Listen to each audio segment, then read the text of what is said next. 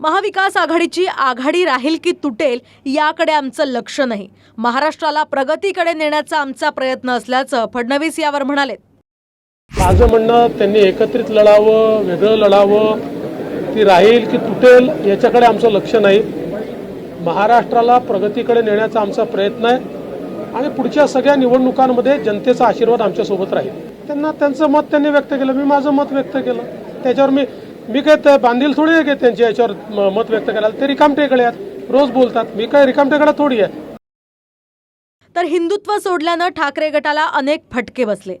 कार्यकर्त्यांना बळ देण्यासाठी नाविन्यपूर्ण प्रयोग ठाकरे गट करेल असा टोला उदय सामंतांनी लगावलाय. तर महाविकास आघाडीला जनतेनं नाकारलंय.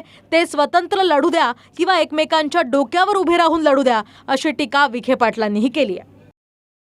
म्हणजे जे वंदनीय हिंदू हृदय सम्राट बाळासाहेबांनी सांगितलं होतं की हाताचा प्रचार भविष्यामध्ये कधीही होऊ शकत नाही शिवसेनेकडनं, त्या काँग्रेसचा प्रचार करणं, भाषणामध्ये हिंदू हृदय सम्राट हा शब्दप्रयोग न करणं, कदाचित याचे सगळे फटके आता बसत असतील म्हणून हा त्यांनी निर्णय घेतलेला असेल. जनतेने या तिन्ही पक्षाला नाकारलेला आहे. त्यात ते स्वतंत्र लढू, एकमेकाच्या डोक्यावर मारून लढू याची आम्हाला चिंता नाही आहे. राज्यामध्ये महाविजय जो विधानसभेला मिळाला तोच महाविजय आम्हाला स्थानिक स्वराज्य संस्थेमध्ये मिळेल, आम्हाला पूर्ण विश्वास आहे.